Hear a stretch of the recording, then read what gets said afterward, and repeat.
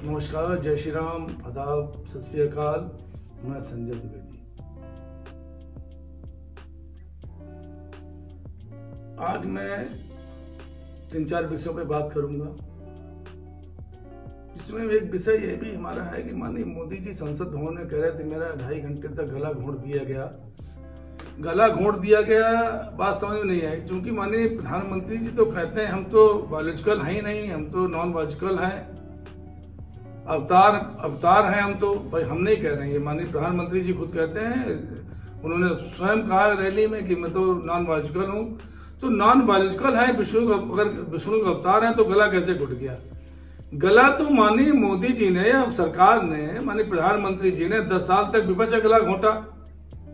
संसद भवन में विपक्ष के नेताओं के माइक बंद हो जाते थे, उनकी जो भाषण थे वो निकाल दिए जाते थे। अब आज विपक्ष के नेता माननीय राहुल गांधी जी बन गए हैं। उन्होंने जो भाषण दिया, अपना पहला भाषण दिया, जिसमें देश के युवाओं के लिए बात थी, जिसमें देश के युवाओं के लिए कहा गया, नीट के बारे में कहा गया था, जीएसटी के बारे में कहा गया था, वो हिंदू के बारे में कहा गया, सब निकाल दी। कुछ निकाल दिए गए। कैसे निकाल दिए, क्यों निकाल दिए? गला किसका घोंटा आपने तो विपक्ष गला घोंटा। मानी जो आपके आज जो राहुल गांधी जी हैं, आज विपक्ष के नेता हैं। विपक्ष के नेता का भी अगर आप भाषण डिलीट कर रहे हैं, इसके मतलब गला किसका घोंटा जा रहा है? और ये कहना माननीय प्रधानमंत्री जी का शायद देश के किसी भी व्यक्ति को समझ में नहीं आएगा।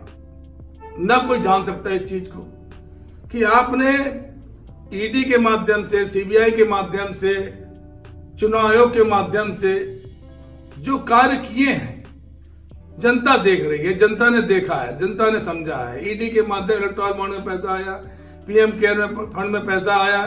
क्यों आया पैसा?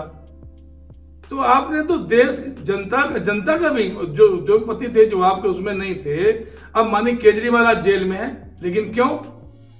55 से 60 करोड़ रुपए जिसने उनके ऊपर आरोप लगाया उसने इलेक्टोरल बॉन्ड में दिए। तो गला किसका घोंट रहे हैं? अब वो आज भी जेल में है, जेल से नहीं निकल पा रहे हैं। आपने सीबीआई का मुकदमा लगा दिया, तो गला तो आप अंतरिम केजरीवाल का घोंट रहे हैं। गला आप घोंट रहे, झारखंड के जो मुख्यमंत्री हैं उनका गला, हेमंत सोरेन जी गला घोंट रहे हैं। तो आपका गला कहां घुट रहा है, मैं अभी तक समझ नहीं पा रहा हूं। देखिए, मैं प्रधानमंत्री जी से एक बात कहना चाहूंगा कि जितना झूठ बोलना था, जितने स्टंट करने थे, जितने भ्रामक प्रचार करने थे, चाहे मंगलसूत्र हो, भैंस खोल ले जाएंगे, मीट मछली, जितने भ्रामक प्रचार करने थे आपने सब करके देख लिए। और आज मुझे खुद ही देखा, मैंने कल आपको संसद भवन में आपका उतरा चेहरा था। उतरा चेहरा क्यों था? आपने कल्पना की कभी इसकी?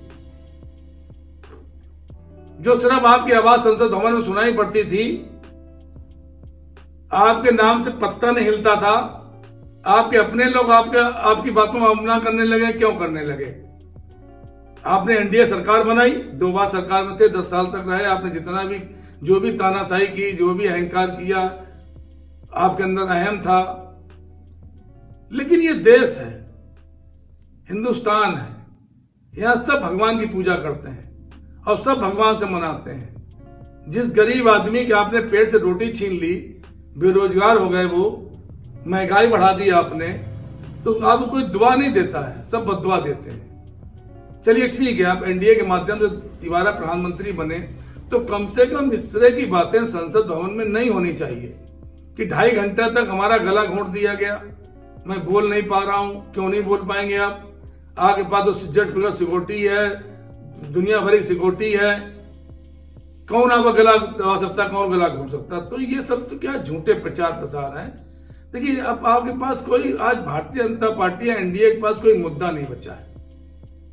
कोई मुद्दा नहीं बचा है कि वो किस पर अब आगे चल के राजनीति करें। भगवान राम ने दिखा दिया उनको कि उन्होंने मुद्दा बनाया, अयोध्या हरवा दिया, बद्रीनाथ हरवा दिया, सब जगह उनको हरवा दिया और 240 सीटों पे ले आए। तो गला तो आपका उसी दिन घुट गया था माननीय मोदी जी, जिस दिन आप 240 सीटों पे आए थे, क्योंकि आपको गठबंधन की पॉलिटिक्स पता ही नहीं है। जो मनमोहन सिंह ने की, अटल बिहारी वाजपेयी ने की और प्रधानमंत्रियों ने जो गठबंधन की पॉलिटिक्स की है वो तो आपको मालूम नहीं है। तो गला इसलिए नहीं घुट रहा आपका, गला विपक्ष नहीं घोट रहा है, या गला राहुल गांधी जी नहीं घोट रहे हैं, गला आपका घुट रहा है जो आपने एनडीए के द्वारा एनडीए के लोगों को शामिल करके सरकार बनाई है। अब बिहार, आंध्र प्रदेश, चंद्रबाबू नायडू, नीतीश कुमार, चंद्रबाबू नायडू अपने अलग राज्य का दर्जा मांग रहे हैं। मेरे सुनने में तो यह सारा दर्जा दे नहीं रहे, तो निश्चित उनकी तरफ से होगा, उनकी तरफ से बात आएगी, फिर आपका गला घोटेगा। देखिए, आज न मुद्दा न होने की वजह से उत्तर प्रदेश, मध्य प्रदेश, उत्तराखंड में क्या हुआ, जो कांवड़ यात्रा निकलती थी उस कांवड़ यात्रा को राजनीतिक बना दिया गया, सांप्रदायिक बना दिया गया। क्यों? कांवड़ यात्रा पहली बार निकली है क्या? या यहां के मुख्यमंत्री, उत्तराखंड के मुख्यमंत्री जो है पहली बार कांवड़ यात्रा देख रहे हैं? नेम प्लेट लगाने की बात कहे ना, ये तो संप्रदाय के प्रति विद्वेष की भावना झलकती है इससे। भाई, कौन डॉक्टर है जो डॉक्टर अपना नाम नहीं लिखता है? क्या उसे हम इलाज नहीं कराएंगे?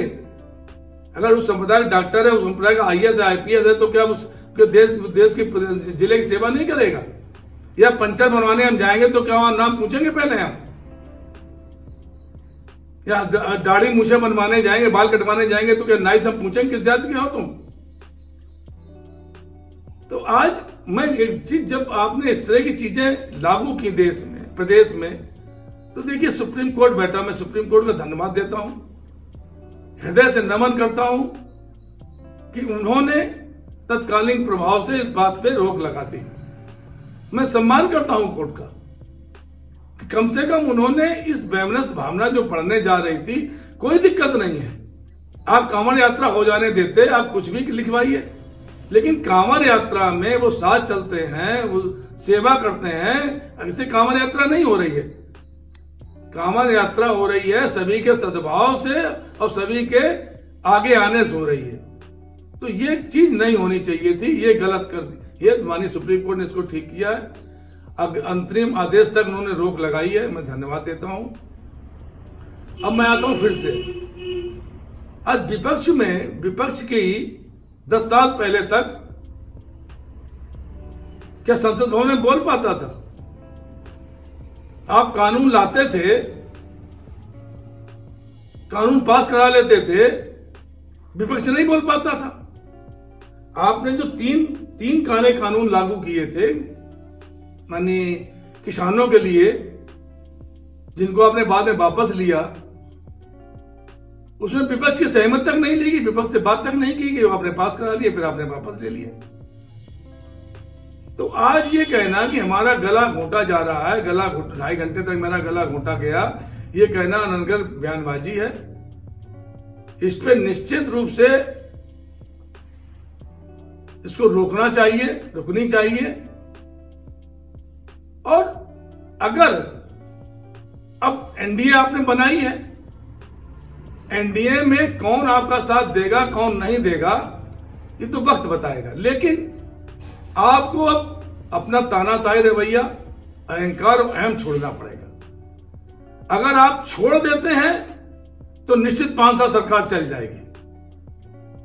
ये अहम छोड़ने पड़ेंगे, जो गठबंधन के जो धर्म होता है, जो आपने अभी तक नहीं निभाया। क्यों? शिवसेना से आपका 30 साल गठबंधन था, अकाली दल से गठबंधन था, आपने शिवसेना पार्टी खत्म करने के लिए आपने अपनी पीठ पर थपथपाई, लेकिन क्या हुआ? जनता ने उल्टा जवाब दे दिया। तो यही मैं कहता हूं कि जैसे को तैसा, हम कुछ सोचते हैं कुछ हो जाता है, यह है बिल्कुल स्पष्ट रूप से है।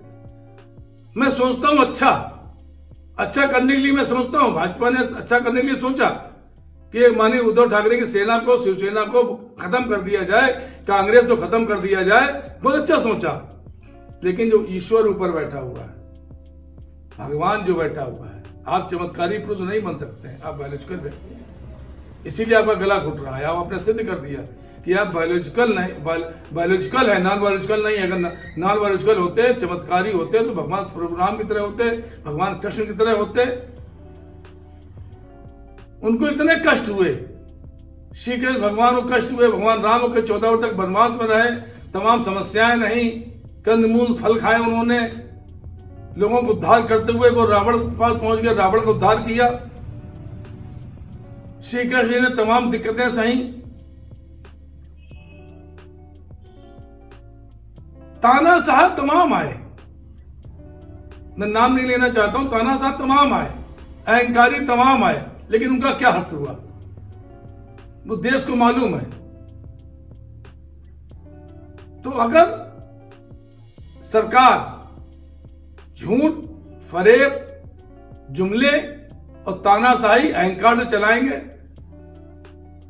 तो निश्चित ही सरकार 5 साल नहीं चल पाएगी, सरकार गिर जाएगी। मेरा सभी से अनुरोध है कि कृपया इस देश को, इस भारतवर्ष को विश्व गुरु बनाएं। माननीय मोदी जी की तरह नहीं, अभी हम 2024 में जीते, 2029 तक का प्रोग्राम बनाना था, माननीय मोदी जी 2047 तक का प्रोग्राम बना लिए। 2029 का पता नहीं है, महंगाई बेरोजगारी इतनी बढ़ी हुई है, उस पर कोई विचार विमर्श नहीं है, अभी तक कोई विचार विमर्श नहीं है, और 2047 तक का बना लिया गया।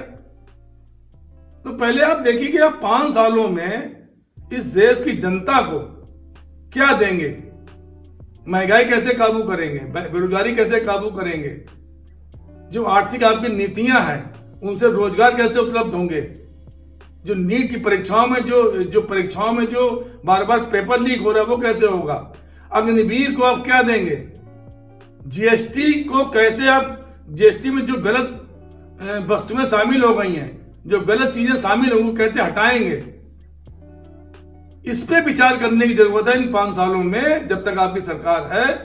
बाकी और किसी चीज पे विचार करने की जरूरत नहीं है। गला आपका घुट रहा है, गला आपका नहीं घुटेगा अगर इन पे आप विचार कर लेंगे, इनको आप देख लेंगे, जनता को जो जनता को सुविधाएं चाहिए वो दे देंगे। विपक्ष चूंकि अब तो एनडीए में है, विपक्ष की अपनी अपनी मांगे होंगी, विपक्ष भी अपना अपना कुछ चाहता होगा, तो विपक्ष के लिए भी आपको देना पड़ेगा।